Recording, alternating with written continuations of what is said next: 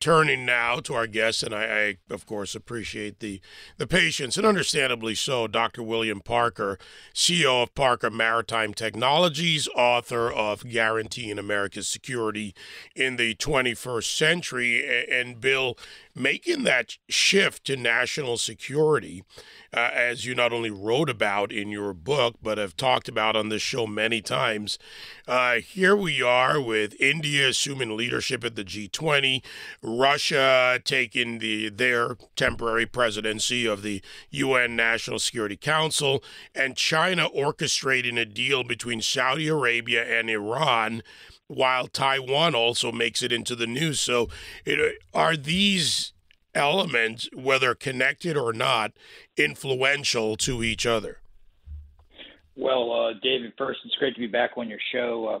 Secondly, of course, my heart goes out to those people lost in the shooting, and I will tell you that there's a tie here directly.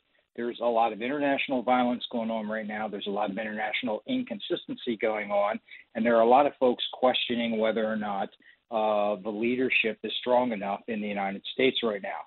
And that also ties back to what's going on internally, this defund the police efforts in many states, and also the economy as it continues to plummet, are all impacting violence, and violence is going up here in the United States. So that's my opening thought, tying it back to your last segment.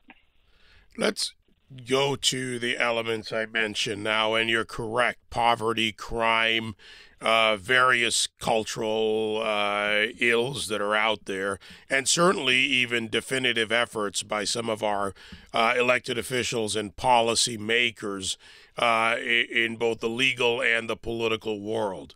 And other nations are watching, Bill, as you and I have talked about before. It's not as if we live in a vacuum. Let's start with India and the G20. What's your assessment and your take on India taking over the leadership?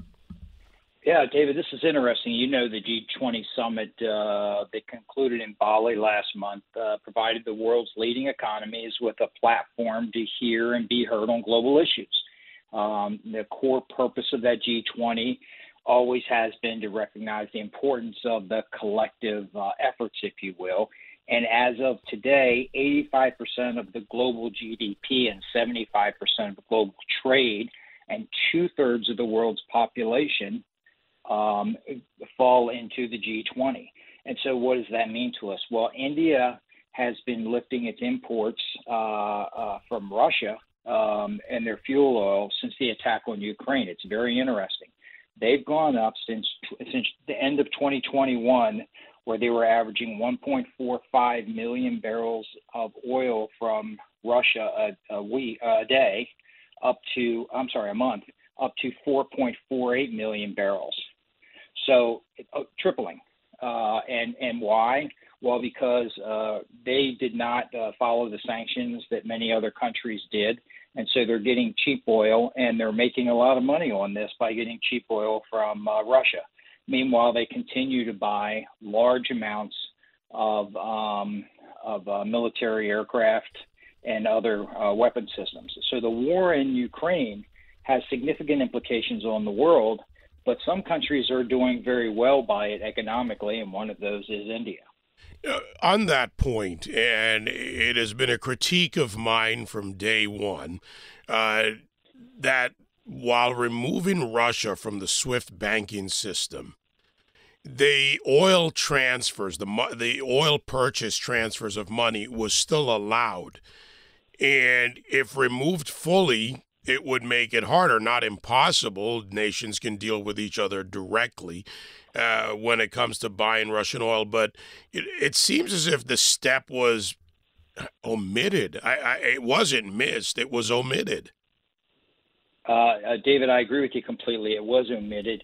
And the other discussion that's not really coming up right now is China, India, potentially Saudi Arabia, certainly Russia, are all working very, very hard, and they're making good inroads on this to decouple the U.S. dollar from being the currency, the reserve currency for the world.